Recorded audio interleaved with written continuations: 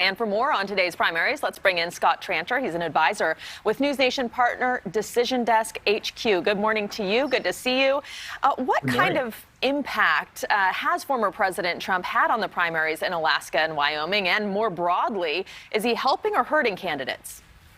You know what? Broadly speaking, he's helping. He's had some losses. Neighboring state Nebraska, his candidate didn't win, but his candidate won in Ohio. Tonight, we expect his candidate to beat Liz Cheney and beat her pretty handily. We expect Lisa Murkowski to advance at least to the runoff, although it won't be as clean a win as she's usually had in the past. President Trump's going in off of a pretty fantastic week for him in the news, and I think he's going to be able to see his candidates win tonight. And you brought up Liz Cheney. Her chances of retaining her seat, as you mentioned, seem to be diminishing by the second here. Is it fair to say she might be the most unpopular Republican running for re-election among primary voters right now? I don't know about the most unpopular, but she is going to, as someone who could have been senator of Wyoming, she passed it up because she wanted to be in leadership and she expected to be in Congress for another 20 years. This is a pretty big fall from grace. Certainly not near the top of the most popular Republican primary candidates, definitely near the bottom. And assuming her opponent beats Liz Cheney in the primary, Harriet Hageman's chances, what are they in the general election? Near certain. In general?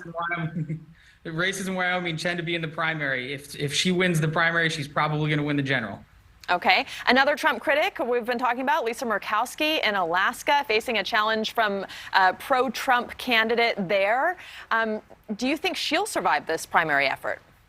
Yeah, I think she's going to make it through. It's a top four no matter party, and she's still got a significant name ID. And she's won close races in the past, but I think it's gonna be closer than she wants. And this one will be interesting as we go into the fall, because just because she makes it through this round doesn't mean she's gonna make it through the next round. And Sarah Palin back in the picture, also in Alaska, former governor of that state, one-time Republican candidate for vice president. She's on the ballot today. Do you expect her to win the special election today? That is the expectation. That race has been pulled lightly. It's polling in Alaska is difficult, but she's got the name ID and she's still rather popular in the state in which she used to be governor. So she's got to be at least the odds-on favorite, if not the outright favorite. And Alaska is an interesting state to watch right now. It's trying out this new method of voting today. Do you expect any surprises because of its ranked choice voting model? You know what? Anytime any of these states do ranked choice voting model, it's always an interesting counting experience. I think Alaska is going to figure it out, but I think it could take a little bit longer than they expect. And what about other states? Do you think they'll follow in this voting model system? So that's a good question. We've seen it in New York. We see it in Maine. I think it's probably something we're going to see more often, but the mechanics of it, voters don't understand it. Election administrators have a tough time counting it.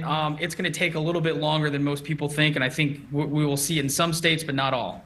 Okay, Scott, thanks for being here. Thank you.